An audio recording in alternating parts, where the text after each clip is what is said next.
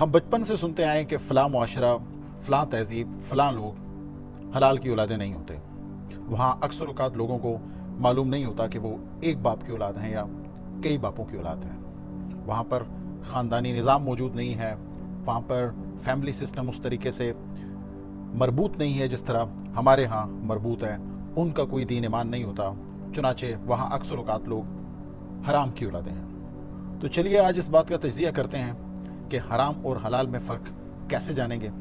اس کے لیے ہم پچھلے 500 سال کو فطری بنیادوں پہ پرکھتے ہیں اور زمینی حقائق کو سامنے رکھتے ہوئے اس کا فیصلہ کرتے ہیں۔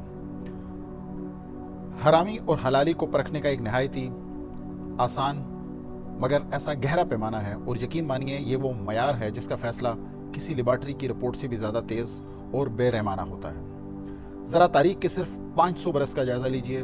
سر تھامس رو جہانگیر کے دربار میں آتا ہے، اسے دولت، جاگیر اور انعامات کی پیشکش کی جاتی ہے، مگر وہ سب ٹھکرا دیتا ہے اور صرف ایک بات کرتا ہے کہ مجھے چھوڑیے، میرے ملک سے تجارت کیجیے۔ یہ تھا ایک حلالی، کیونکہ وہ جانتا تھا کہ ذاتی فائدہ عارضی ہوتا ہے مگر قومی مفاد نسلوں کی تقدیر بدل دیتا ہے۔ اور پھر اسی سوچ نے ایک ایسے چھوٹے سے جزیرے کو دنیا کی سب سے بڑی ریاست بنا دیا، مضبوط ترین سلطنت بنا دیا۔ پھر رابرٹ کلائیو آتا ہے، وہ جانتا تھا کہ طاقت توپوں سے نہیں بلکہ ضمیر خریدنے سے حاصل ہوتی ہے۔ اس نے میر جعفر اور میر صادق جیسے حرامیوں کو خریدا، ریاست کے وفاداروں کو تنہا کیا اور چند سکوں کے عوض پوری سلطنتوں کی بنیادیں ہلا دیں۔ سراج الدولہ گرتا ہے، ٹیپو سلطان اکیلا رہ جاتا ہے اور حرامیوں کے سہارے سامراج پورے بر صغیر پہ چھا جاتا ہے۔ پھر تاریخ کے افق پہ لانس آف عربیہ نمودار ہوتا ہے۔ یہ ایک ایسا حلالی جس نے بندوق سے زیادہ ذہن کا استعمال کیا۔ اس نے عرب قبائل کی نفسیات کو پڑھا، ان کے اختلافات کو سمجھا، ان کی محرومیوں کو ہتھیار بنایا اور انہیں ایک ایسے خواب کے پیچھے لگا دیا جس کی تعبیر لندن اور پیرس میں لکھی جا رہی تھی۔ لانس جانتا تھا کہ اگر کسی قوم کو اندر سے تقسیم کر دیا جائے، خاص طور پہ حرامی قوم کو، تو باہر سے حملہ کرنے کی ضرورت نہیں رہتی۔